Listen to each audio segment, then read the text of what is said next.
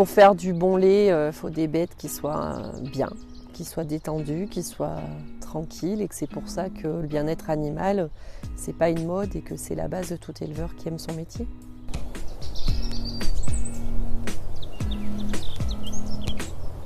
Le Saint-Nectaire fermier, il se fabrique dans une zone géographique qui est définie, qui est limitée. Les vaches doivent être nées et élevées dans cette zone d'appellation, avoir été nourries avec l'herbe et le foin qui a été récolté à la saison estivale. Donc du coup, il y a vraiment un attachement au sol et ça fait aussi la particularité de ce produit. On a des prairies qui sont permanentes, c'est-à-dire qu'elles sont là depuis toujours et puis on les préserve puisque la qualité du lait vient aussi de la qualité de l'herbe et de la multitude de fleurs qu'on peut avoir sur nos montagnes. C'est un fromage qui se fabrique sitôt la traite finie. On ne garde pas le lait d'une traite à l'autre. On mesure la quantité de lait qu'on a dans la cuve, on emprézure. La phase d'emprésurage, c'est ce qui va faire passer le lait de l'état liquide à l'état solide, à l'état de caillé. Donc ensuite, à la main, on vérifie la bonne texture du gel, du caillé, et on décaille. Parce que c'est là où on transforme le caillé en tome. Donc on découpe le grain, on remet les pelles, on brasse. Donc on sèche un petit peu ce grain, on laisse reposer. Donc la tome va tomber en bas de la cuve, le petit lait va remonter. On soutire le petit lait, donc il est pompé. Et ensuite, on attaque à mouler les Saint-Nectaire. Donc on les moule, on met la plaque, la petite pastille verte. C'est le gage de qualité qui dit qu'on répond à un cahier des charges. Et c'est la carte d'identité du fromage.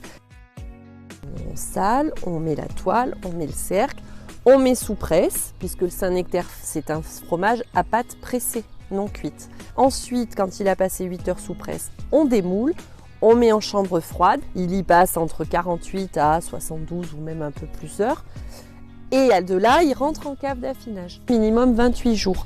Pendant ces 28 jours, il aura subi des lavages en saumure, donc de l'eau et du sel, pour apporter un peu plus de goût au fromage.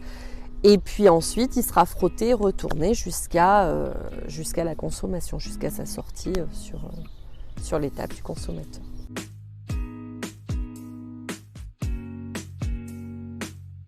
Moi je suis né à Clermont-Ferrand, j'ai grandi et c'est vrai que je suis très attaché à ma région et j'aime beaucoup manger les produits qu'on a la chance d'avoir, notamment le Saint-Nectaire, qui est un fromage incontournable dans ma famille et dans beaucoup de familles auvergnates, on en a à tous les repas. Donc le Saint-Nectaire c'est un goût qui est assez doux, avec des petits arômes de noisettes, mais c'est aussi une texture qui est très agréable, très onctueuse et un peu plus ferme au niveau de la croûte. Et donc en bouche c'est assez incroyable en fait. Le goût du Saint-Nectaire, il n'a pas un goût très puissant, c'est plutôt l'onctuosité, le crémeux, la souplesse et le léger goût de noisette en bouche qui reste après. D'être joli, d'être onctueux, crémeux et de laisser un souvenir inoubliable à tous les consommateurs pour qu'ils fassent les belles années du Saint-Nectaire.